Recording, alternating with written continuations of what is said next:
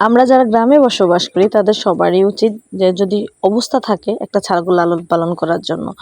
এটা হচ্ছে যে মানসিক শান্তিও দেয়, আর হচ্ছে যে আমার মতো যারা অলস সারাক্ষণ শুয়ে বয়ে থাকতে আর মোবাইল টিপতে পছন্দ করে তাদের হচ্ছে বাজে অভ্যাসটা একটু হলেও হচ্ছে ব্যাঘাত ঘটে। আর এই যে সবজিগুলো এগুলা তো সবজির ছিলকাগুলো তো ফালাই দিতে হয়, ফলের এই শুল্কাগুলো তো ফালাই দিতে হয়। যদি একটা ছাগল থাকে আপনি এমনিতেই বা ঘরের যে জিনিসগুলো ওগুলা খাওয়াই একটা ছাগল আপনি লালন পালন করতে পারবেন। আর যদি একটু ভুট্টা তারপরে ভুসি এগুলো খাওয়ান তাহলে তো আরও কথাই নেই। তো আমাদের এই 2টা ছাগল ঘাস একদম কম খায়। ওদের নিয়ে যতক্ষণ দাঁড়ায় থাকবেন ততক্ষণ খাবে। রাইখে আসবেন মেতামেচি শুরু, চিল্লাচিল্লি হামতাম শুরু করে দেয়।